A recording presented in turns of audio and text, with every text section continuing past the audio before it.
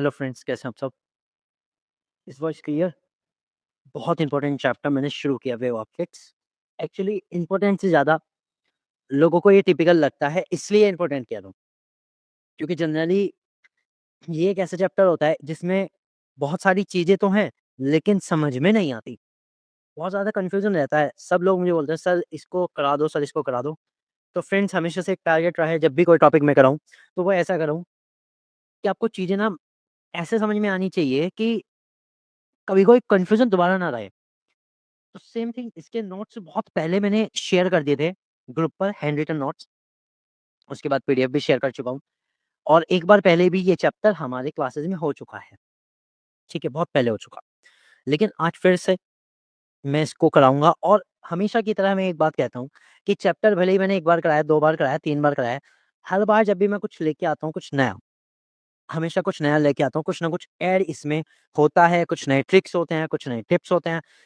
वो मैं हमेशा ऐड करता हूँ। तो फ्रेंड्स फिलहाल अभी जो मैं एक्सप्लेन कर रहा हूँ, इसकी थ्योरी एक्सप्लेन कर रहा हूँ, पूरे के पूरे कांसेप्ट एक्सप्लेन कर रहा हूँ और बहुत सारी चीज़ें हैं जो छोटी-छोटी होती हैं लेकिन बहुत इम्पोर्टेंट होती हैं, उन सबको मैं आपको एक्सप्लेन कर रहा हूँ। And after that we will see the question answers. जब चैप्टर कंप्लीट हो जाएगा उसके क्वेश्चन आंसर करके हम अपनी नॉलेज को पक्का कर लेंगे। तो फ्रेंड्स देखो अभी एक वीडियो मैं अपलोड कर चुका हूँ पार्ट 1 की जिसमें मैंने न्यूटन्स का कॉर्पस्कुलर थ्योरी समझा दी है। अगर आपने ये वीडियो देख ली है तो बहुत अच्छी बात है क्योंकि देखिए 2 दिन से क्लास नहीं हो पा रही थी तो रात में मुझे बहुत लेट नाइट टाइम मिला था और तभी मैंने वीडियो बना के हाथ के हाथ अपलोड कर दी थी। ठीक है, लाइव हो चुकी थी आज सुबह 11 बजे। तो आपने अगर देख ली है तो मुझे बता दो क्योंकि उसमें ही काफ़ी सारी बेसिक चीज़ें मैंने आपको समझा दी और वो समझनी भी ज़रूरी थी।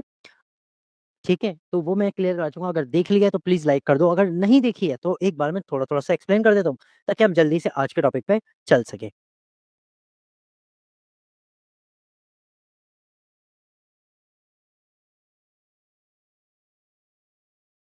हुँ, हुँ, हुँ, हुँ। ओके, तो फ्रेंड शुरू कर रहे हैं। देखो न्यूटन का कणिका सिद्धांत मैं क समझा चुका हूँ, बेसिक थिंग है वेवलेंथ, फ्रीक्वेंसी, टाइम पीरियड ये एक्सप्लेन कर चुका हूँ, उसके बाद थी फेज़ डिफरेंस जो भी मैंने एक्सप्लेन कर दी थी। उसके बाद देखो हाइजेंस का द्वितीयक तरंगिकाओं का सिद्धांत आता है, जिन्होंने बताया था कि जो लाइट है, भई वो पार्टिकल नेचर में नहीं चलती, वो चलती है वेव नेचर में। तो इन्होंने जो वेव नेचर में है, तो वो एक स्ट्रेट कैसे दिख रही है, इसके लिए इन्होंने कंसेप्ट दिया था that is a wave front. Wave front 2 type के इन्होंने दिए, एक तो प्राइमरी जो किसी सोर्स से ही बनता है, दूसरा बनता है सेकेंडरी वेव फ्रंट्स जो प्राइमरी सोर्स के पार्टिकल से फिर से जनरेट होता है। तो ये मैं कंसेप्ट समझा चुका हूँ और इसके बेस पे कल मैंने परावर्तन का नियम आपको समझाया था और आज हम इसके ही बेस पे देखने वाले हैं द लॉ ऑफ रिफ्रैक्शन अपवर्तन का नियम। ये हम इसमें प्रूफ करने वाले हैं आज। तो आर यू रेडी? सभी रेडी हैं? सबके सब रेडी हैं? तो मैं शुरू कर देता हूँ। परावर्तन का नियम according to the refraction of plane waves using Huygens principle. Huygens के सिद्धांत का उपयोग करके समतल तरंगों के अपवर्तन को हम समझेंगे। सबसे पहले एक बेसिक चीज़ मैं आपको बता दूँ कि इस कांसेप्ट में भी हम वेव फ्रंट ही लेके चलेंगे और ये मान के चलेंगे कि किसी भी सरफेस पे जो आके टकरा रहा है, वो हमारा वेव फ्रंट है, ना कि कोई ray. I am repeating again, it is not ray, it is a complete wave front. तो मान लीजिए एक सरफेस है, यहाँ पर बना लेते हैं एक सरफेस, ये है और इस पर कोई दूर से ना एक वेव फ्रंट आ रहा है ये आ रहा है यहाँ से, ओके, आ रहा है। अब ये इस पे जाके इस तरह से टकरा गया, मान लो ये टकरा गया, ओके। अब इस वेव फ्रंट को मैंने नेम दिया ए एंड बी, ये मैं इसका नाम दिया, ओके। अब ध्यान देना इस वेव फ्रंट में पहली चीज़ क्या होगी, हमें पता है हम क्या पढ़ रहे हैं? हम पढ़ रहे हैं रिफ्रैक्शन, अपवर्तन पढ़ रहे हैं। तो हमारे पास मीडियम नंबर 1 ऊपर वाला है और मीडियम नंबर 2 नीचे वाला है जिसमें एंटर कर रहा है। मैं इसको ऐसे बनाया था थोड़ा-सा मीडियम जैसे ग्लास लाइक प्रॉपर्टी ये दे। ओके, कांसेप्ट क्लियर है? ठीक है। अब ध्यान दो, जैसे ही जो पार्टिकल ए पर है, वो इस मीडियम से टकराएँगे, इसकी सरफेस से टकराएँगे, तुरंत वो रिफ्रैक्ट हो जाएँगे। रिफ्रैक्ट का मतलब क्या है कि भई आ तो ऐसे रहा था ये, ऐसे ही तो आया ये पूरा का पूरा वेव फ्रंट, ऐसे। आया है ना? आया तो सीधा ही है। बस ये पूरी की पूरी प्लेन लाइन आ गई, एक स्ट्रेट लाइन आ गई, ये पूरा का पूरा टकरा रहा है। तो जैसे ही ये टकराएगा, तुरंत से ये रिफ्लेक्ट हो जाएगा, तुरंत से ये रिफ्लेक्ट हो जाएगा। रिफ्लेक्ट होने के कारण ये क्या होगा, थोड़ा-सा बेंट हो जाएगा, ऐसे। जाना तो सीधा चाहिए था, बट जा नहीं रहा है, ये बेंट हो जाएगा। अब समझो, जो पार्टिकल ए पर था, वो पार्टिकल बेंट होके एक पोजीशन ई पर चला गया, मतलब मीडियम के अंदर पोजीशन ई तक चला गया। समझो बात को यहाँ पे। तो अब मैं यहाँ से अगर नॉर्मल खींचता हूँ, मैं यहाँ से अगर नॉर्मल ड्रॉन करूँ, तो मैं आपको angle of incidence and angle of reflection में डिफरेंस दिखा सकता हूँ। ये मेरा एंगल ऑफ इंसिडेंस है, ये इसका एंगल ऑफ रिफ्लेक्शन है। कंसेप्ट समझ में आया? मतलब मैं ये नहीं कह रहा हूँ कि ये रे है, ये रे मत मानना, हरे ये वाली नहीं। रेड वाला पूरा एक वेव फ्रंट है, जो डिफरेंट पार्टिकल्स हैं अलग-अलग वेव्स के, वो लेके आ रहे हैं और वो टकराते हैं। तो जो पार्टिकल ए पर है वो पहले टकराएगा और जो पार्टिकल बी पर है वो काफ़ी बाद में टकराएगा। फिलहाल जो पार्टिकल ए पर है उसकी कंडीशन ये है, जैसे ही वो टकराता है सरफेस पे, वो तुरंत से रिफ्लेक्ट हो जाएगा। रिफ्लेक्ट होने के कारण क्या होगा, उसका जो एंगल है वो चेंज हो जाएगा। क्योंकि मीडियम 2 को हमने कैसा माना है? मीडियम 2 को हमने डेंसर मीडियम माना है, तो ये क्या होगा, बेंड टुवर्ड द नॉर्मल हो जाएगा। समझी बात? इतनी बात। और किसी एक टाइम पर वो ई पर पहुँच गया। अब समझिएगा बात को। ये टाइम कितना है? ये टाइम उतना है जितने टाइम पे जो पार्टिकल बी पर था वो पॉइंट सी पर पहुँच गया। उतने ही टाइम पे ये पॉइंट सी पर पहुँच गया। तो मैं इस लाइन को मिला के ये ट्रायंगल कंप्लीट करता हूँ। ठीक है फ्रेंड्स, अब इसको समझिएगा ध्यान से। मैंने माना कि जो बाहर है, पार्टिकल की स्पीड सेम थी। मान लीजिए बी से लेके सी तक जाने में जो वेलोसिटी थी वो v1 थी। अब आप कहोगे सर v1 ही क्यों मान रहे हो? समझो ध्यान से, इस चीज़ का रीज़न है। हमें पता है रिफ्रैक्शन में क्या होता है, रिफ्रैक्शन में जब एक लाइट की रेज़ किसी एक मीडियम से दूसरे मीडियम में जाती है, so there is a change in velocity, उसकी वेलोसिटी में चेंज होता है। तो चाहे पार्टिकल ए पॉइंट पर हो, चाहे पार्टिकल बी पॉइंट पर हो और चाहे पार्टिकल इस वेव फ्रंट की किसी भी पोजीशन पे हो, अगर वो मीडियम 1 में है, तो वो किस वेलोसिटी से चलेंगे? सेम वेलोसिटी, तो वो मैंने मान ली v1 है। समझ गए? अब जैसे ही ये पार्टिकल मीडियम 2 में एंटर करते हैं, there velocity will be change. Velocity कितनी हो जाएगी? v2। v2 हो जाएगी कि नहीं? समझो, जैसे ही पार्टिकल जो ए पर है, वो मीडियम 2 पे एंटर करा, उसकी वेलोसिटी v2 हो गई। और v2 हो गई जिसके कारण ही तो रिफ्लेक्शन हुआ। अगर सेम वेलोसिटी होती तो रिफ्लेक्शन होता ही ना। इतना कांसेप्ट समझ में आया सबको? पक्का एकदम?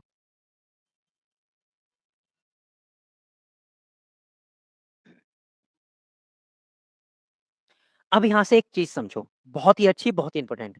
क्या मैं ये कह सकता हूँ कि बी से लेके सी तक की जो डिस्टेंस है, ये जो लाइन है या जो डिस्टेंस है, क्या वो मैं कह सकता हूँ v1 multiply T is the time here. तो वो टाइम है जिस टाइम में पार्टिकल बी से सी तक पहुँचा। अब जितने टाइम में ये पार्टिकल बी से सी तक पहुंचा, उतने ही टाइम में जो पार्टिकल ए पर था वो पॉइंट ए तक पहुंचा। तो क्या मैं ये कह सकता हूँ जो ए ई है वो v2 मल्टीप्लाई टो हो जाएगा? समझ में आया कंसेप्ट? भाई बी से लेके सी तक की दूरी, दूरी बराबर क्या होता है? 4 गुना समय। समय मैंने माना है टो, और टो टाइम तो सेम है ना। जितने टाइम में मीडियम 1 में कोई पार्टिकल बी से सी तक आया, जो पार्टिकल पहले ए पे पहुंचा था वो बेंट होके ई तक आया, क्योंकि वेलोसिटी चेंज हो गई। ओके, क्लियर हुआ? अब एक और चीज है, वेलोसिटी तो चेंज हुई, तो आप ये क्यों ये बोलेंगे कि सर एक बात तो बताओ, ऐसा भी तो हो सकता था कि जो बी है, बीसी की जो डिस्टेंस है वो ए से कम हो सकती थी या ए ज्यादा हो सकती थी। I am agree with you, मैं एग्री करता हूं आपके साथ कि ए ज्यादा हो सकती थी बीसी से। ठीक है, लेकिन ध्यान दो, जब मीडियम 1 रेयर है और मीडियम 2 मैं पहले ही कह चुका हूं डेंसर है, so velocity into the medium 2 will be less than medium 1। यही तो कंसेप्ट है कि अगर कोई मतलब लाइट एक मीडियम से दूसरे मीडियम में जाती है, जब रेयर मीडियम से डेंसर मीडियम में जाती है, तो वेलोसिटी कम होती है। अब जब वेलोसिटी कम हुई तो डिस्टेंस भी तो कम होगी। So A will be shorter than BC. Concept clear है? ये भी चीज क्लियर होगी। ओके, अब हम चलते हैं according to law of reflection, Snell's law. अब हम चलेंगे स्नेल्स लॉ के अकॉर्डिंग। स्नेल्स लॉ के अकॉर्डिंग हम ये देखते हैं, जो ऊपर वाला ट्राइंगल एबीसी है, एबीसी में ये एंगल आई होगा और ये वाला एंगल आर होगा। भाई ये एंगल आर है तो ये भी एंगल आर होगा, ये एंगल आई है तो ये वाला भी एंगल आई होगा। ओके, तो स्नेल्स लॉ के अकॉर्डिंग ये सब कंसेप्ट सही है। तो अब ध्यान दो, स्नेल्स लॉ क्या कहता है, the refractive index of any medium, refractive index of generally second medium is the ratio of sine of angle of incidence to the angle of refraction. ये होता है, that is n to 1 is equal sin I upon sin R. Okay, ये होता है। अब ध्यान दो, triangle ABC की अगर मैं बात करूं तो क्या मैं ये कह सकता हूं ट्राइंगल एबीसी में साइन आई इज इक्वल, भाई अगर मैं इस एंगल का साइन लूं एंगल आई का, तो वो किसके इक्वल होगा? बीसी अपॉन एसी के, बीसी अपॉन एसी के, क्योंकि यहाँ बी पर ये कैसा है 90 डिग्री है, तो बीसी अपॉन एसी हो गया। ओके, दैट विल बी, क्या मैं ये लिख सकता हूँ V one T upon AC. और अब अगर मैं नीचे वाले ट्राइंगल की बात करूं, दैट इज ए ई सी की बात करूं, क्योंकि ई 90 डिग्री पर है, that will be sine R is equal किसके हो जाएगा बताओ? साइन आर हो जाएगा ए ई अपॉन ए सी के, ए ई अपॉन ए सी के, ये तो हो जाएगा। ठीक है, इसको मैं लिख सकता हूँ V two T upon A C. ठीक है फ्रेंड्स, क्लियर हुआ? अब अगर मैं sine I upon sine R कर दूं, ठीक है, sine I upon sine R से अगर मैं देखूं तो मेरे पास क्या आ जाएगा?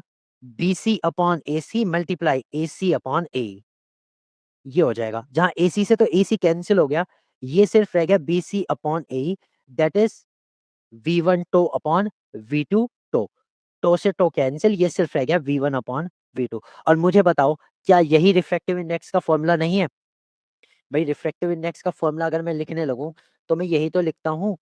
अगर मैं सेकंड मीडियम की वेलोसिटी निकाल रहा हूं, this is the ratio of velocity into the medium 1 upon medium 2, और यही हमारा आया है, दैट इज प्रूव्ड। ये हो गया प्रूफ। ओके, क्लियर हुआ? बताओ क्लियर हुआ कि नहीं? चलो, अगर नहीं होता एक कंसेप्ट और है, उससे समझाता हूँ। अगर आपको पिछली चीज क्लियर नहीं हुई ना, एक और कंसेप्ट है, उससे समझो। हमें पता है रिफ्रैक्टिव इंडेक्स का जो फॉर्मूला होता है, अगर हम सिंपल एयर के साथ निकालें या वैक्यूम के साथ निकालें, तो अगर मैं ये कह रहा हूँ किसी भी मीडियम का रिफ्रैक्टिव इंडेक्स जो होता है वो होता है सी अपॉन वी के। अब इस बात से तो इत्तला करते हो बिल्कुल, मतलब ये तो सही है, ये तो बिल्कुल सही है, इस बात को तो एग्री करते हो? Then we will be equal to C upon N,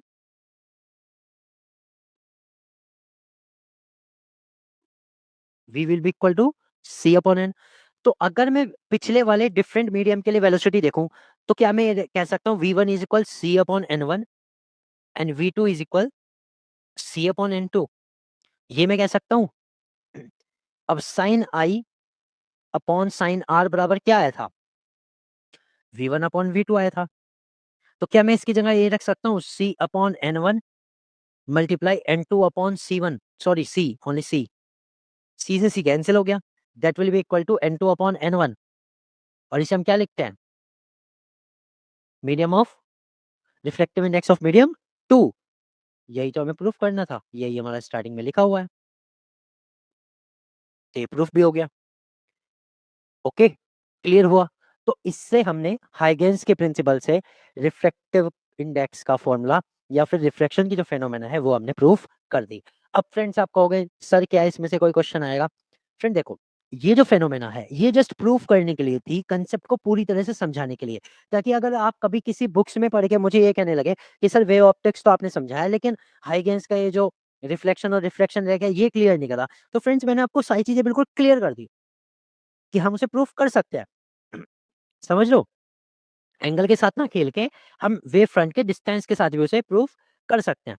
तो ये मैंने आपको करके दिखा दिया। अब इनमें से तो यहाँ से तो कोई क्वेश्चन नहीं बनता, क्योंकि इसमें से कोई क्वेश्चन बनने वाली चीज ही नहीं है, सारा का सारा रिफ्लेक्शन का पार्ट है, सारा का सारा रिफ्लेक्शन का पार्ट है, बस कंसेप्ट समझना तो हमने समझ लिया।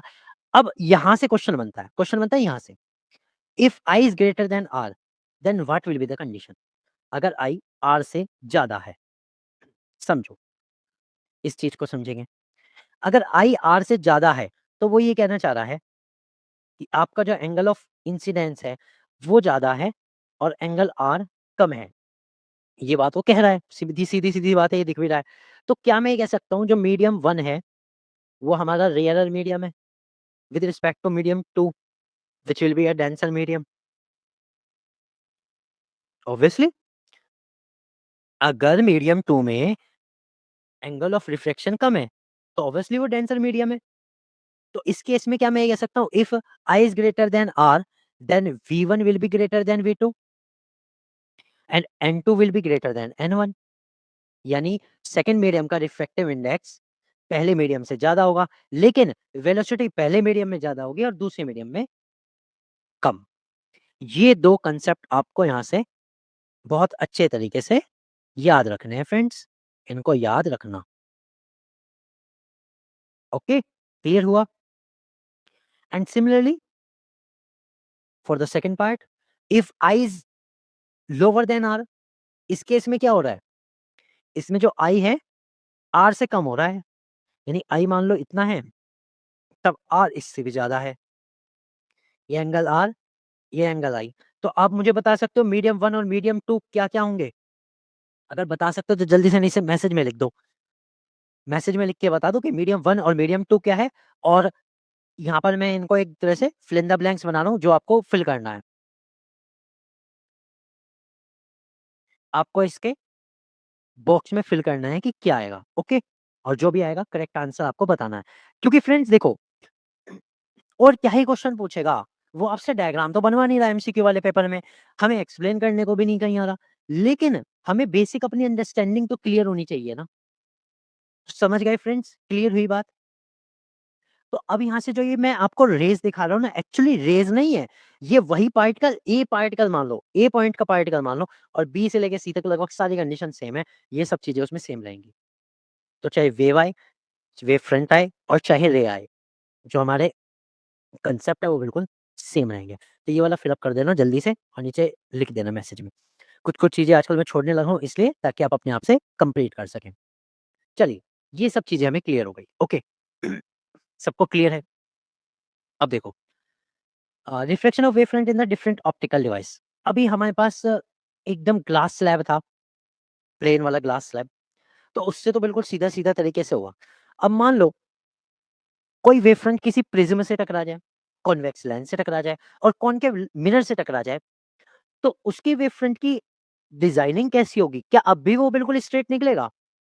समझो, अब भी क्या वो स्ट्रेट निकलेगा? हम स्ट्रेट लेके आ रहे हैं, ग्लास स्लैब से निकाले स्ट्रेट निकल गया, कोई दिक्कत नहीं। लेकिन प्रिज़्म से निकाल के क्या स्ट्रेट निकलेगा? अब इन सब के डायग्राम मैं आपको बना के दिखा देता हूँ। जनरली एग्ज़ाम में वो पूछ भी सकता है, एक एग्ज़ाम में आया हुआ भी है। ये प्रिज़्म है और प्रिज़्म से हम मान के चल रहे हैं कि ये एक बिल्कुल प्लेन वेव फ्रंट बहुत ही इन्फिनिटी डिस्टेंस से आ रहा है।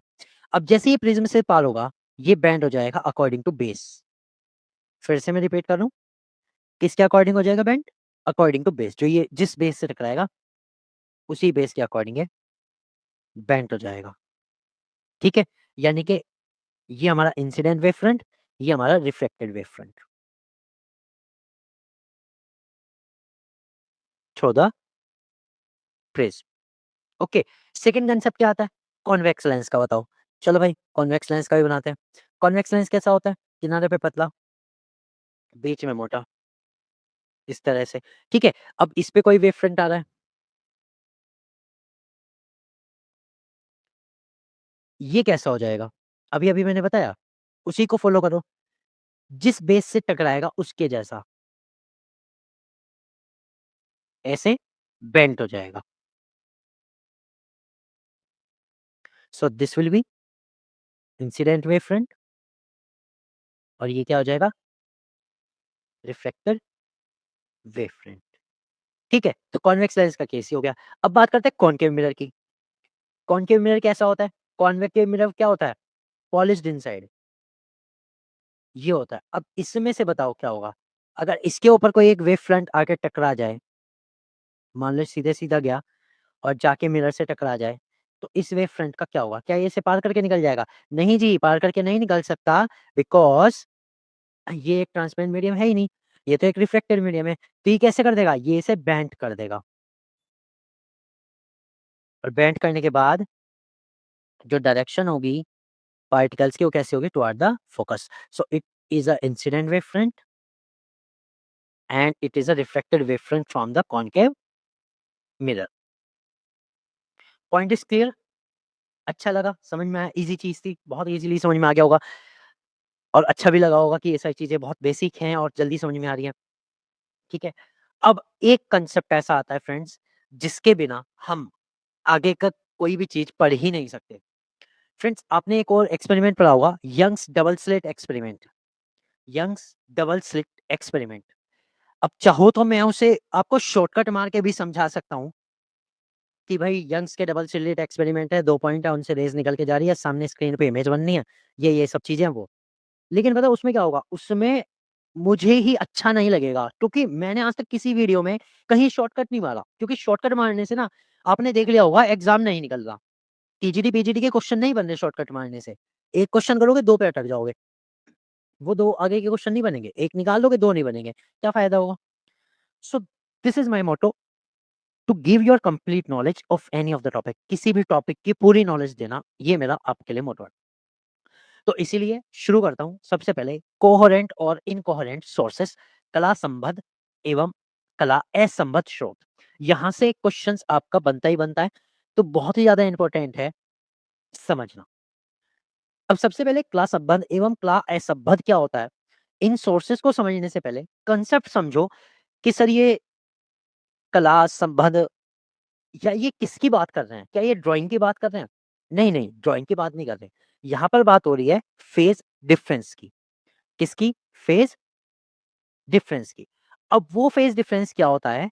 I will explain you into the 2 conditions. मैं आपको 2 कंडीशंस में ही आपको क्लियर करता हूँ कि फेज़ डिफरेंस एक्चुअली में होता क्या है। I want just a blank paper. Okay, चलो यहीं पे समझाते हैं। ठीक है? कि फेज़ डिफरेंस होता क्या है? ध्यान से समझिएगा, जल्दी समझ में आ जाएगा, कोई इतना बड़ा इसमें कुछ रॉकेट साइंस नहीं है। ठीक है?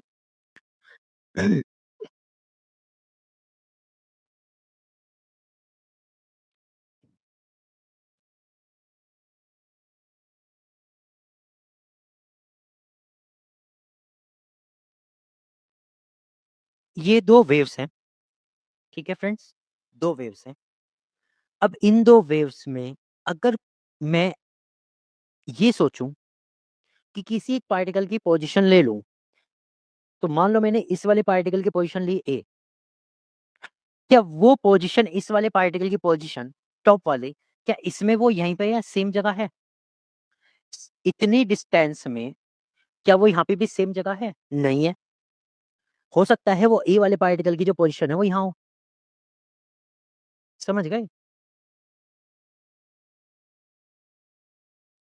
मतलब एक वेव के ऊपर किसी भी पार्टिकल की जो पोज़ीशन होती है, वो उसकी फ़ेज़ कहलाती है। फ़ेज़ मतलब अवस्था। यहाँ कला लिख रहा है कोई बात नहीं। फ़ेज़ का मतलब क्या होता है? अवस्था। उसकी पोज़ीशन क्या है? उस वो किस जगह पे सिचुएटेड है। अब 2 वेव्स के बीच अगर एक पार्टिकल की हम पोज़ीशन निकालें और अगर वो सेम जगह नहीं है, तो उसको हम क्या कहेंगे? There is a phase difference. There is a phase difference. समझ गए? बात समझ में आई कि नहीं? चलो, अगर नहीं आई मैं और तरीके से आपको समझाता हूँ। लाइक एक ही वेव्स में आपको बताता हूँ, तो थोड़ा-सा और समझ में आपको आ जाएगा। ये एक ही वेव है, एक ही वेव की कुछ पार्टिकल्स की मैं पोज़ीशन आपको बताता हूँ। एक पोज़ीशन ये है, this is called the A, B, C and the D. अब कुछ और पार्टिकल्स हैं ई, एफ, जी, एच। ठीक है? ये पार्टिकल्स हैं। ये मान के चलो डी और एच जो है ऑलमोस्ट सेम है, क्योंकि वेव में थोड़ा-सा गड़बड़ है, अदरवाइज़ सेम है। ओके, ये आप मान के चलो। मैं आपसे कुछ क्वेश्चन्स पूछूँगा और आपको उनका आंसर देना है। ठीक है? क्विकली देना है। Okay. Are you ready? Yes, then we will start. Particle B and E have same phase, yes और नो? बी और ई जो पार्टिकल है, दोनों की फेज सेम है।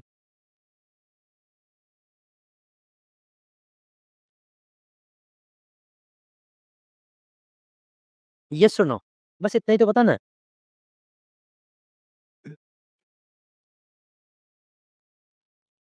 फ्रेंड्स, बहुत ज़रूरी है ये समझना, इसके बिना आपको काफ़ी सारी चीज़ें रह जाएँगी। जब मैं बार-बार फेज़ डिफरेंस अभी बोलूँगा ना एक्सपेरिमेंट करते हुए, फिर आपको समझ में नहीं आएगा कि सर किस चीज़ के लिए बात कर रहे हैं। क्योंकि फिर उस समय पे इमेजिन करना मुश्किल हो जाएगा, तो इमेजिन पहले करो। देखो, बी पार्टिकल टॉप पे है, ई पार्टिकल मीन पोजीशन पे है, तो इनकी तो फेस सेम नहीं होगी। तो क्या मैं कह सकता हूँ B and F have same phase? भाई इनकी फेस तो सेम है, ये तो दोनों टॉप पे बैठे, तो इनकी फेस क्या हुई? सेम फेस हुई, फेस तो सेम हुई, अवस्था तो सेम है। समझो, बात क्लियर हुई? हाँ या ना? ओके। क्या मैं ये कह सकता हूँ ई सॉरी सी एंड जी की फेस सेम है? बिल्कुल कह सकता हूँ, दोनों के दोनों मीन पोजीशन पे और दोनों वेव के उतरने वाली साइड हैं। तो सी और जी की भी सेम फेस हो गई। तो फेस का कंसेप्ट समझ में आया? फेस का मतलब क्या होता है? जब कोई पार्टिकल अपनी एक जगह पे बिल्कुल पर्टिकुलर तरीके से सिचुएटेड होता है। अब बात करते हैं कांस्टेंट, जीरो या कांस्टेंट या फिर डिफरेंट फेस डिफरेंस की। एक तो जीरो या कांस्टेंट फेस डिफरेंस हो और एक हो रैंडम। रैंडम का मतलब अलग-अलग। अब ध्यान दो, अगर मैं पार्टिकल ए में और यहाँ पार्टिकल सी में बात करूँ ऊपर वाली वेव में, तो मुझे पता है एक पर्टिकुलर टाइम के बाद इनका जो फेस डिफरेंस है वो सेम रहेगा। हाँ या ना? ये पार्टिकल नीचे जाएगा, उठेगा। जब ये पार्टिकल यहाँ आएगा, सी यहीं पे रहेगा। अगर ये पार्टिकल आगे जाता है, तो जितने टाइम बाद ए यहाँ पर आएगा, सी यहाँ पर पहुँच जाएगा। ठीक है? थोड़ा-सा पीछे है, लेकिन अप्रॉक्सिमेटली सेम है। फेस डिफरेंस तो सेम है। जितनी दूर वो चल रहा है, उतनी दूर वो चल रहा है। This is called a constant phase difference. This is called a constant phase difference. समझ में आई बात? और अगर दोनों वेव पे पोजीशन सेम होती, that will be called the zero phase difference. उसे हम क्या कहते हैं? जीरो फेस डिफरेंस कि फेस डिफरेंस कोई है ही नहीं। ओके, पोजीशन समझ में आई? रीज़न समझ में आया? समझ में आया अच्छा। अब मान लो 2 वेव्स हैं, जिनकी फ्रीक्वेंसी ही अलग-अलग है। जैसे अब मैं एक और बात करता हूँ, एक और रेज़ बना लेता हूँ, एक और रेज़ मैं यहाँ बना लेता हूँ। अब समझना, उसकी फ्रीक्वेंसी ही अलग है। इसमें कोई पार्टिकल ए है, क्या इस वाले ए की या पहले वाली रेज़ की स ए और सी की इसके साथ कांस्टेंट फेज़ डिफरेंस आ सकता है? नहीं आएगा, क्योंकि जितने टाइम में ये दोनों वेव्स तो सेम तरीके से चल रही है, लेकिन ये सेम तरीके से थोड़ी चल रही है। ये पता लग रहा है एक वेव क्रिएट हुई जितने टाइम में, उतने टाइम में 2 हो गई वेव क्रिएट, तो वो तो चेंज हो जाएगा। सो this is random phase difference और द डिफरेंट फेज़ डिफरेंस। बात क्लियर हुई? हाँ या ना?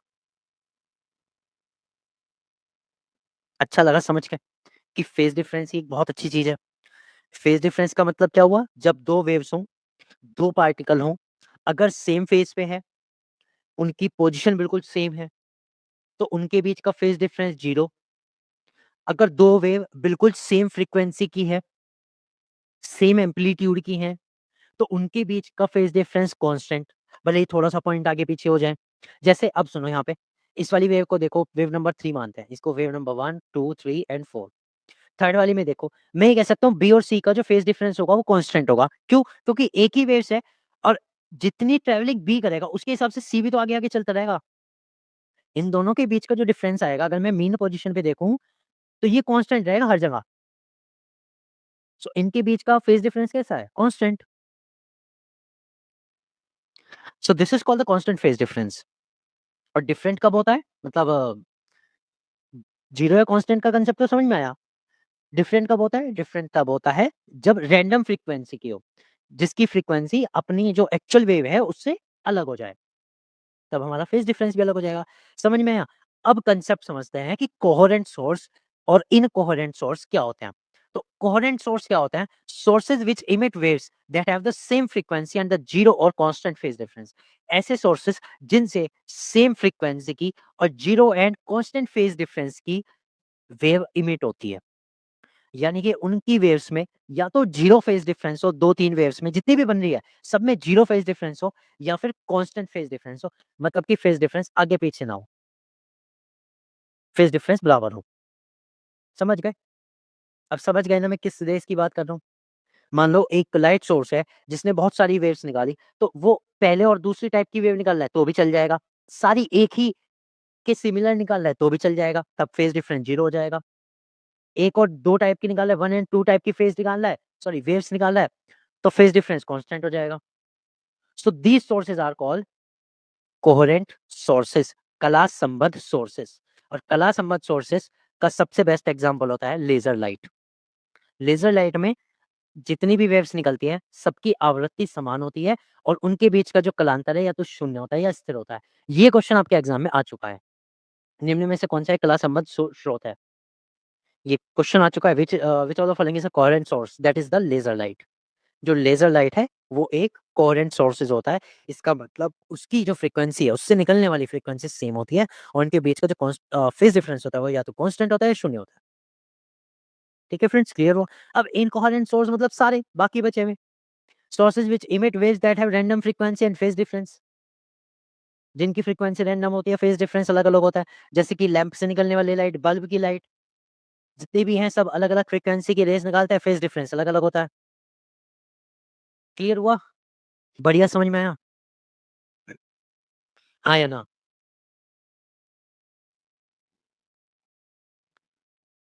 आगे कि नहीं? आया है तो बताओ, नहीं आया है तो कोई बात नहीं। अब एक छोटी-सी चीज़ और समझ लो। This is called the superposition of waves, तरंगों का अध्यारोपण। देखो, अगर मैं मान के चलूँ कि मेरे पास ना 2 मार्बल्स हैं। मार्बल्स को क्या कहते हैं हिंदी में? कंचे, है ना? बचपन में खेले होंगे। और मैं इन दोनों को टकरा दूँ, तो मुझे पता है इनमें टक्कर हो जाएगी।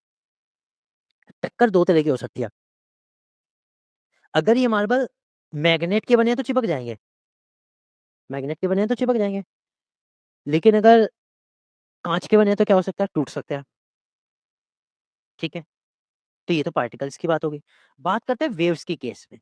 तो फ्रेंड्स वेव के केस में भी 2 तरह का ओवरलैप होता है, सुपरपोज़िशन होता है। सुपरपोज़िशन मतलब क्या था? एक वेव्स दूसरे वेव के साथ मिक्स हो रही है। This is called the superposition of waves, तरंगों का अध्यारोपण। अब इसमें क्या होता है कि 2 तरंगे आपस में मिल रही है, तो उससे 2 तरह का ओवरलैप जनरेट होता है। एक को कहते हैं कंस्ट्रक्टिव ओवरलैप और दूसरे को कहते हैं destructive overlap. Constructive and destructive overlap. ध्यान दो, resultant displacement produced by A number of waves is the vector sum of displacement produced by the each of them. छोड़ो इतना टिपिकल क्या पढ़ना, मैं आपको सिंपल शॉर्ट में समझाता हूँ कि बात किस चीज की कर रहे हैं।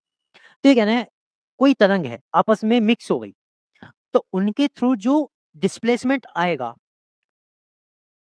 जो भी उनके थ्रू डिस्प्लेसमेंट आएगा, वो उनके इंडिविजुअल डिस्प्लेसमेंट का वेक्टर सम होगा।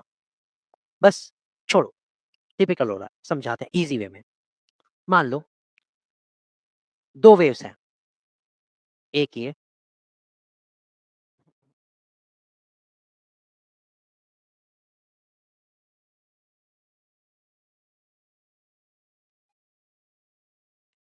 एक ये और एक ये।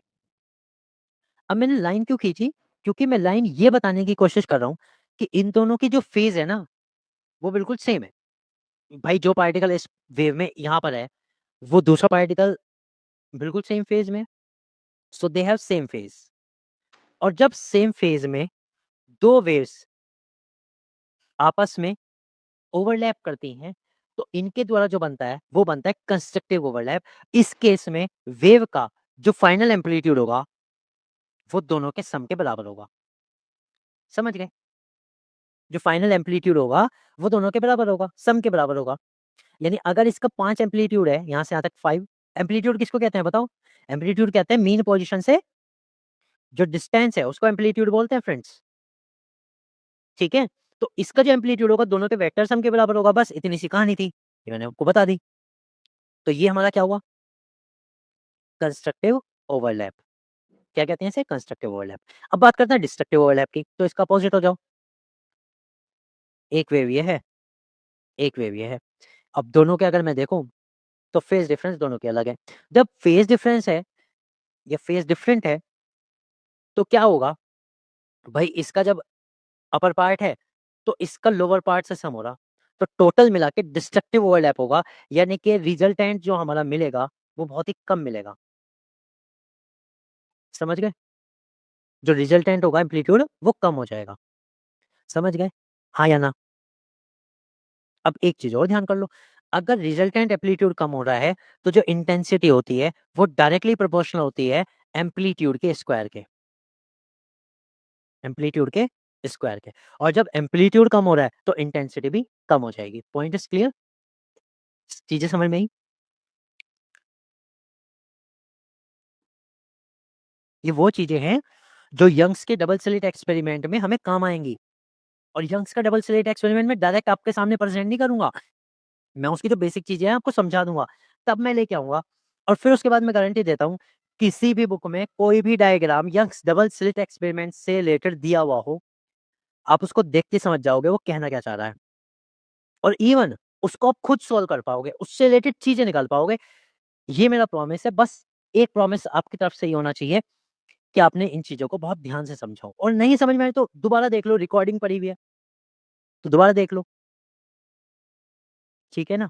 ये, चलो सुपरपोज़िशन समझ में आया? तो सुपरपोज़िशन में 2 तरह का हमने देखा, एक तो कंस्ट्रक्टिव ओवरलैप और एक डिस्ट्रक्टिव। अब हम बात करेंगे पाथ डिफरेंस क्या होता है और फेज़ डिफरेंस क्या होता है, ठीक है ना? 2 वेव चल रही हैं, किसी एक पोज़ीशन पे पहुँची, उनका पाथ डिफरेंस क्या था और फेज़ डिफरेंस क्या था? अब पहली बात करते हैं कि सर ये टर्म्स कहाँ से आ रही? मतलब ऐसा क्यों है कि हमें ज़रूरत पड़ रही है? इसकी हमें डेली लाइफ़ में क्या ज़रूरत है और क्या ज़रूरत नहीं है? मैं इसकी डेली लाइफ़ की एक ज़रूरत बताऊँ आपको? समझो, सपोज़ आपके फ़ोन पे रिंग आ रही है और रिंग ना बीच में एकदम कट जाती है। मतलब रिंग की साउंड आनी बंद हो जाती है या वाइब्रेशन हो रहा है, वाइब्रेशन की साउंड एकदम बंद हो जा रही है। आप क्या सोचोगे? आप ये सोचोगे फ़ोन में दिक्कत आ गई, ये कॉल कट गई, एकदम से। आपके माइंड में क्या आएगा? एकदम से, कॉल कट गई। अब ऐसा क्यों हुआ? क्योंकि आप उस वेव को ना विज़ुअलाइज़ कर रहे थे। जो वाइब्रेशन हो रहा था, वो आपको विज़ुअलाइज़ेशन ये दे रहा था कि इससे कोई घटना हो रही है और जैसे ही वो बंद हुआ, हमारे दिमाग में तुरंत क्लिक हो गया, अरे! कुछ दिक्कत हो गई शायद। समझ रहे हो? हाँ या ना? ओके। सेकंड थिंग, जो वेव नेचर हमें बताता है। हम तो लाइट का पढ़ रहे हैं, मैं आपको और चीज़ों में समझाता हूँ, साउंड। इसी वेव नेचर के कारण, इसी पाथ डिफरेंस और फेज़ डिफरेंस के कारण आप म्यूज़िक और नॉइज़ में डिफरेंस कर पाते हो। समझ गए?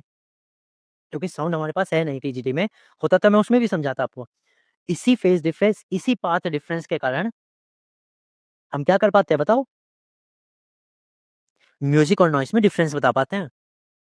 म्यूज़िक में क्या होता है, बहुत अच्छे तरीके से साउंड प्रोड्यूस होती है, एकदम मेलोडियस टाइप, बिल्कुल पिच एकदम एक समान, कोई ज़्यादा नहीं, इंटेंसिटी इक्वल। नॉइज़ में क्या होता है, इंटेंसिटी कभी बढ़ रही, कभी घट रही। समझ गए? ये तो रियल लाइफ़ एग्ज़ाम्पल है। तो ये चीज़ है। अब लाइट का सोर्स कैसे काम कर रहा है? अब लाइट में ये सब चीज़ें कहाँ आ रही हैं, वो समझो।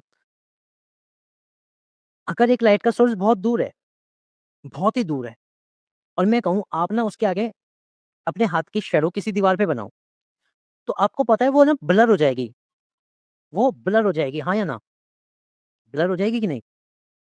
बिल्कुल हो जाएगी, एकदम से ब्लर हो जाएगी।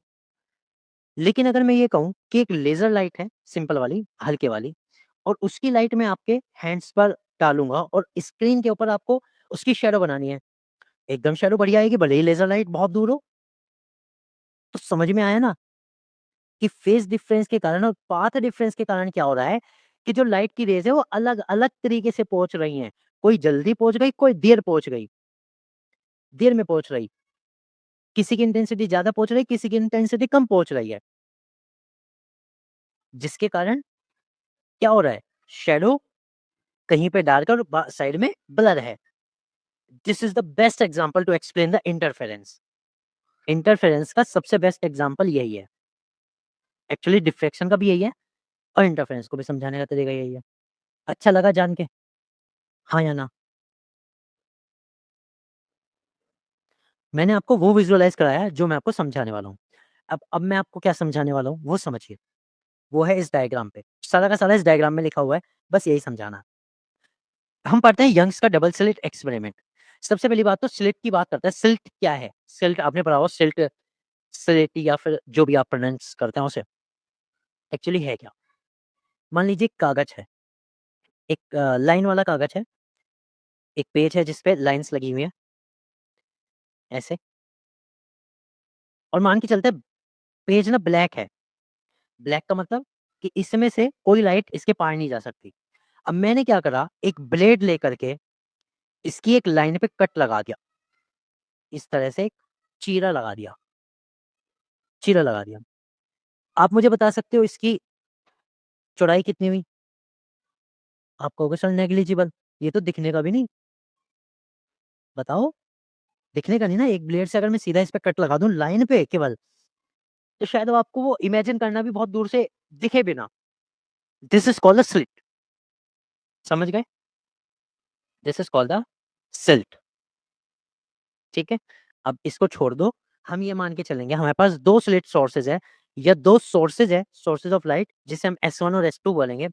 वहाँ से वो वेव चलेंगी, एक पॉइंट पर पहुँचेंगी जिसे हम P, Q, R, S अपने हिसाब से रख लेंगे और उस पर हमें ये देखना है कि कंस्ट्रक्टिव ओवरलैप हो रहा है या फिर डिस्ट्रक्टिव।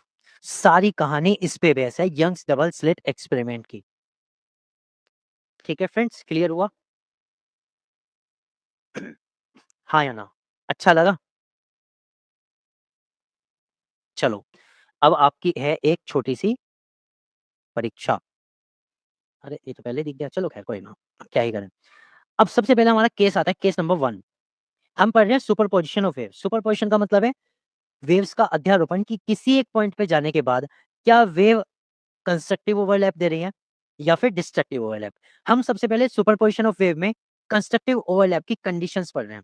एक्चुअली एक्सपेरिमेंटली तो करके देखनी होती है, लेकिन ये एक्सपेरिमेंट करे कराए हैं, उसको मैं एक्सप्लेन आपको कर रहा हूँ। तो पहला केस हमारा ये है, जब S1P बराबर है SP2 के, यानी कि P से S1 तक की डिस्टेंस और P से S2 तक की जो डिस्टेंस है वो बराबर है। समझ में आई बात? हाँ या ना? सो अब मैं ये भी कह सकता हूँ कि जो इनके बीच का जो पाथ डिफरेंस है, यानी कि जो रास्ते का डिफरेंस है, वो कितना है? 0। भाई जब डिस्टेंस बराबर है, 2 लोग हैं, एक ही पॉइंट से चल के दूसरे पॉइंट पे पहुँच रहे हैं, दोनों की दूरी बराबर है, तो उनके बीच के रास्ते का डिफरेंस कितना होगा? 0। Path difference is 0। कांसेप्ट समझ में आया कि नहीं? अच्छा लगा जान के? हाँ या ना? ओके, चलो भाई। तो मैं ये मान के चल रहा हूँ जो S1 है, S1P बराबर है S2P के। This is our mutual condition, ये हमारी कंडीशंस है आज की, और इसी के बेस पे हम क्या करेंगे आज? सॉल्व करेंगे। अब मुझे बताओ, क्या आपको ये इक्वेशन देखी हुई सी लग रही है थोड़ी-सी? ये वाली, y1 is equal a1 cos omega t, पढ़ी थी हमने कहीं पे, सिंपल हार्मोनिक मोशन में, एसएचएम में। मैंने कहा था वेव की इक्वेशन यही होती है। यस, वेरी गुड, पढ़ी थी ना? y1 क्या है? What is y1? This is the displacement. Displacement किसके इक्वल होता है?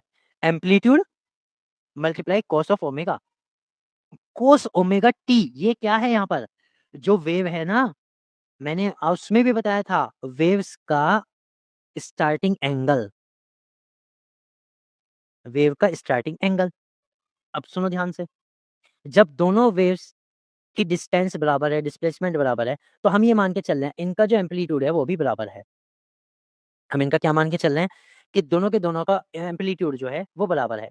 तो क्या मैं ये कह सकता हूँ ये किसी कोहेरेंट सोर्स से प्रोड्यूस हो रही है? हाँ या ना? अगर आपसे एग्जाम में पूछे कि 2 वेव्स हैं और दोनों का एम्पलीट्यूड बराबर है, so they are producing from the coherent sources or incoherent sources?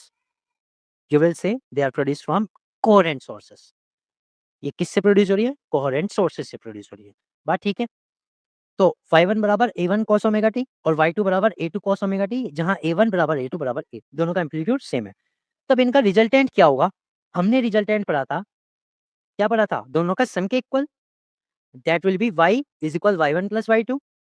तो y बराबर क्या हो जाएगा? a cos omega t plus a cos omega t। भाई a1 बराबर a2 बराबर a है ना? तो y बराबर क्या आ गया? 2a cos omega t। ये आया पॉइंट P पर पहुंचने वाली रिजल्टेंट वेव का डिस्प्लेसमेंट। और इसका एम्पलीट्यूड कितना आया है? एम्पलीट्यूड आया है 2a। एम्पलीट्यूड कितना है? 2a। अभी थोड़ी देर पहले मैंने बताया था जो इंटेंसिटी होती है वो क्या होती है? इंटेंसिटी क्या होती है बताओ?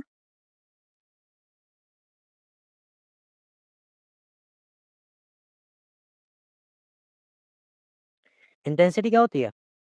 एम्पलीट्यूड का square, directly proportional to the amplitude square. Yes, a square. तो अब रिजल्टेंट वेव का एम्पलीट्यूड कितना है? 2a। That I will be 2a square. तो I will be directly proportional to 4a square. अब ए स्क्वायर में किसका बता सकता हूँ? फर्स्ट फर्स्ट वेव का बता सकता हूँ कि नहीं? फर्स्ट या सेकंड किसी का भी? या मैं कह सकता हूँ इनिशियली का? तो क्या मैं लिख सकता हूँ I is directly proportional to 4 of intensity initial. यानी कि रिजल्टेंट वेव की जो इंटेंसिटी आई है वो इनिशियल वेव की इंटेंसिटी का 4 गुना है। ओके, क्लियर हुआ? हाँ या ना? अब आप कहोगे सर इसमें से क्वेश्चन क्या देंगे? तो इसमें से ना क्वेश्चन ही क्वेश्चंस हैं। अब वो आपको ये कहेगा what will be the intensity eight A point if the path difference is 0। ठीक है, two waves generated from the different sources and what will be the intensity at a point P if the path difference is 0। आप एकदम बता के आओगे that will be 4 of initial। जो भी initial intensity देंगे उसकी 4 टाइम्स होगी, बस बात खत्म। हाँ या ना? बढ़िया लगा जान के? बोलो बोलो। अच्छा लगा, समझ के आया, समझ में आया? ओके। अब आओ थोड़ी सी एडवांस कंडीशन पे। एडवांस कंडीशन है ये, इस केस में केस नंबर 2 है और केस नंबर 2 में हमसे इन्होंने एक केस दे दिया to find the intensity at a point Q such that S1Q minus S2Q is equal 2 lambda. यानी इस केस में S1 दूर है, S2 पास है Q के, और इनके बीच का जो पाथ डिफरेंस है वो 2 लैम्डा है। पाथ डिफरेंस कितना है? 2 लैम्डा। इसका मतलब पूरी कहानी समझो कि जो S2 वाली वेव है वो S1 से 2 वेव पहले पहुंच रही है।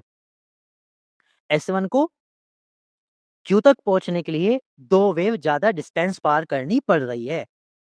समझ में आई कहानी? पूरा जो लिखा हुआ है शॉर्ट में भी उसकी पूरी कहानी आपको पता होनी चाहिए। कि यहाँ पर ये कहा जा रहा है कि S1 से लेके जो Q तक की डिस्टेंस है वो ज्यादा है। और कितनी ज्यादा है? 2 लैम्डा ज्यादा है। यानी S1 को 2 लैम्डा या फिर 2 वेव और भेजनी पड़ेंगी Q तक। तो पाथ डिफरेंस कितना हो गया? 2 लैम्डा। कंडीशन समझ में आई? अच्छा लगा?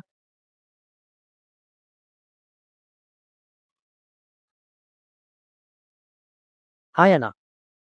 ये छोटी सी चीज समझ में आई कि नहीं?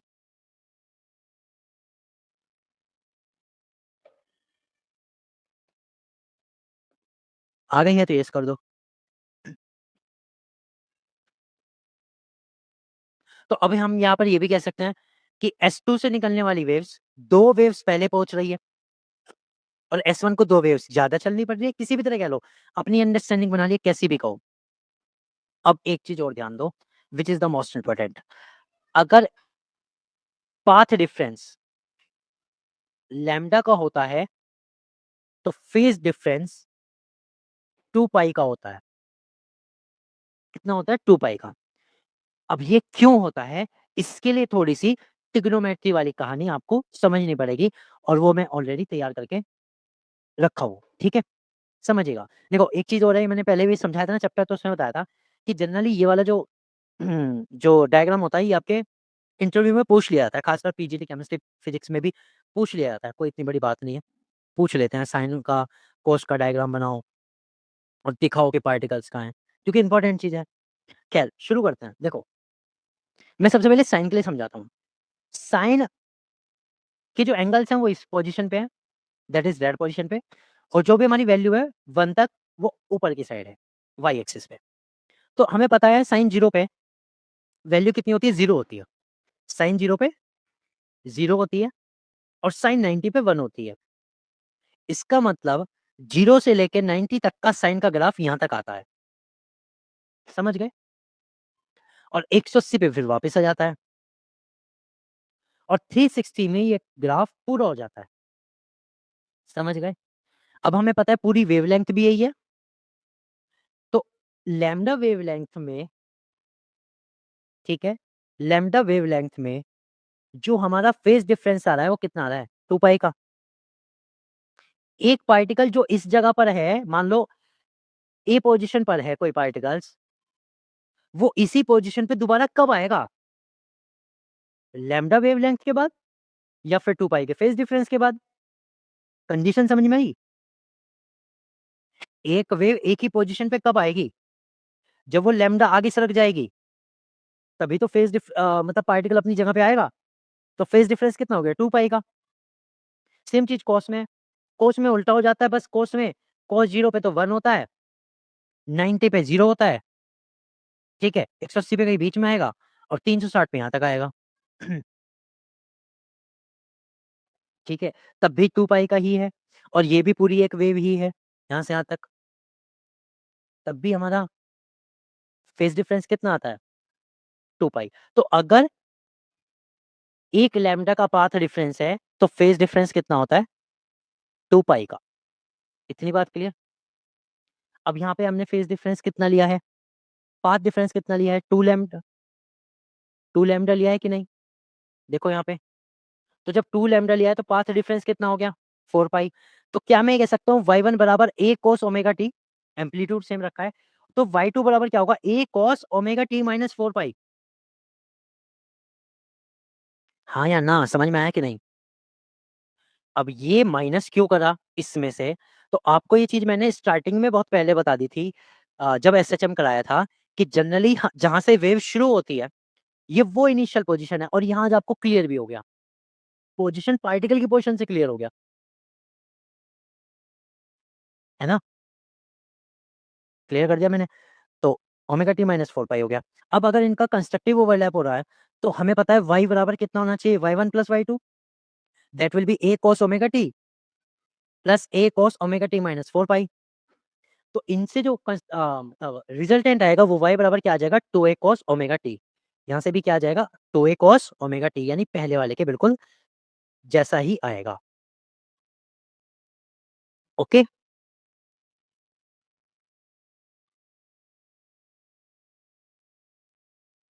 हाँ या ना? ओके। तो अब इंटेंसिटी कितनी हो गई? That is 4 of initial. तो यहाँ से हमें समझ में आता है कि अगर पाथ डिफरेंस n लैम्डा होता है, पाथ डिफरेंस क्या होता है? n लैम्डा, तो यहाँ पर कंस्ट्रक्टिव ओवरलैप होता है। क्या होता है? Constructive overlap. ठीक है फ्रेंड्स? ये आपसे वो पूछेगा। तो n क्या है? n मतलब कोई भी वो नंबर, दैट इज 1 2 3 4 4, कुछ भी हो सकता है। ओके? तो कंस्ट्रक्टिव ओवरलैप, ओवरलैप के लिए पाथ डिफरेंस कितना होना चाहिए? n lambda. ओके? हाँ या ना? तो फ्रेंड्स 2 कंडीशंस मैंने समझाई। आई होप कि बिल्कुल अच्छे से समझ में आ गई होगी। अब एक कंडीशन और समझेंगे, उससे ये सारी की सारी चीज़ें बिल्कुल क्रिस्टल क्लियर हो जाएँगी, एकदम शीशे की तरह साफ। अब की बार थोड़ा-सा और एडवांस करते हैं, केस नंबर 3 में। अब की बार हमें इंटेंसिटी R पर पता करनी है, S1R माइनस S2R जो है 2.5 का, 2.5 लैम्ब्डा का पाथ डिफरेंस है। इस बार पाथ डिफरेंस फुल वेव नहीं है, आधी वेव है, थोड़ा-सा कम-ज़्यादा है। भाई देखो कंडीशन तो कुछ भी हो सकती है ना, 2 वेव बन रही है, कुछ भी कंडीशन हो सकती है। ठीक है? तो अगर पाथ डिफरेंस 2.5 लैम्ब्डा का है, तो फेज डिफरेंस कितना हो जाएगा? 5 पाई का। फेज डिफरेंस 5 पाई का, डबल होता है ना उसका, तो 5 पाई का फेज डिफरेंस हो गया। तो y1 बराबर a cos omega t, y2 बराबर a cos omega t minus 5 पाई, पहले की तरह ही है सेम चीज़ें। ठीक है? तो अब ये ध्यान दो, जो y2 बराबर आ जाएगी, वो क्या आ जाएगी? Minus a cos omega t। cos omega t minus 5 pi is equal minus a cos omega t होती है। Minus a cos omega t। तो अगर मैं रिजल्टेंट निकालूं, y will B y1 plus y2, तो a cos omega t minus a cos omega t cut गया, completely cut, y will be 0, यानी इस पर जो हमारा डिस्प्लेसमेंट आ रहा है या फाइनल जो चीज़ आ रही है वो क्या आ रही है 0। अब जब ये 0 हो गया तो इंटेंसिटी कितनी हो गई 0, which is called destructive overlap, जो हमें क्या बता रही है? डिस्ट्रक्टिव ओवरलैप बता रही है। समझ गए?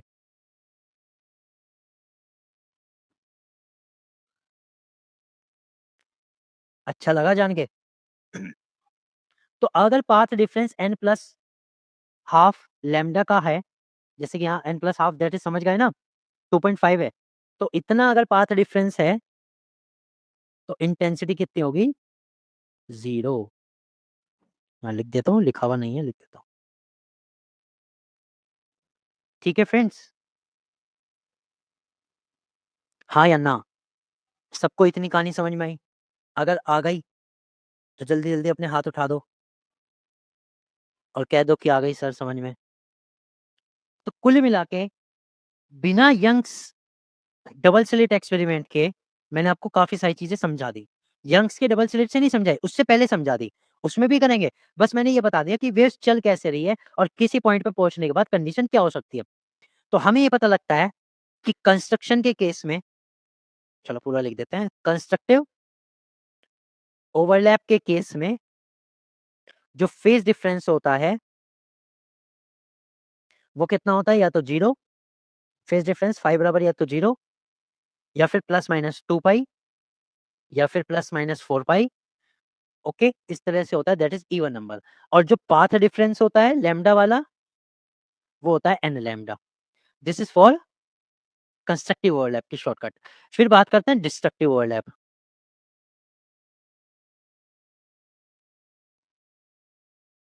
तो डिस्ट्रक्टिव ओवरलैप के केस में जो फेज डिफरेंस है वो कितना होता है? वो होता है प्लस माइनस पाई 1 पाई, ऐसे भी बोल सकते हो, plus minus 3 pi, plus minus 5 pi. Okay, और पाथ डिफरेंस कितना होता है? वो होता है n plus half of lambda. Okay, clear हुआ? हाँ, किसी-किसी जगह ये और मैं लिख दूँ, ये भी लिखा होता है, कभी आप कन्फ्यूज़ हो जाओ, 2n+1 लैम्ब्डा बाय 2 ये भी लिखा होता है, एक ही बात है दोनों। समझ में आया कि नहीं यहाँ तक? अच्छा लगा जान के? देखो, एक चीज़ और बताता हूँ, अगर आप ये पहली बार पढ़ रहे हो, अगर आप ये मेरे से पहली बार समझ रहे हो, तो शायद आपको ऐसा लगे कि अभी थोड़ी-सी चीज़ें समझ में आई, थोड़ी नहीं आई। तो आई विल रिकमेंड कि आप वीडियो को दोबारा देख लो, काफ़ी सारी चीज़ें आपको क्लियर हो जाएँगी। डाउट रहता है मुझे बता देना, मैं दोबारा करा दूँगा, मुझे कोई दिक्कत नहीं। लेकिन इंटरफेरेंस से पहले, यंग्स डबल स्लिट एक्सपेरिमेंट कराने से पहले, मैंने आपको उसका बेस क्लियर करा दिया। मैंने आपको बेस क्लियर करा के एक्सपेरिमेंटली एनसीईआरटी के एक्सपेरिमेंट के थ्रू मैंने आपको ये समझा दिया कि डबल स्लिट एक्सपेरिमेंट जब हम करेंगे तो डिस्ट्रक्टिव ओवरलैप कब होगा, उसकी क्या कंडीशन है और वो कैसे होता है। और जब होता है उसकी इंटेंसिटी क्या होती है, किस तरह से एंगल चेंज होता है, वो मैंने अभी बता दिया। मतलब जो उसके अंदर की चीज़ थी वो मैंने पहले निकाल दी। क्लियर समझ में आया? हाँ या ना? अच्छा लगा? तो अब मैं मिलता हूँ आपसे कल, जिसमें मैं आपको यंग्स डबल स्लिट एक्सपेरिमेंट और इंटरफेरेंस, जो रियल में अब इंटरफेरेंस शुरू होगा, वो मैं आपको कल एक्सप्लेन करूँगा। ठीक है फ्रेंड्स?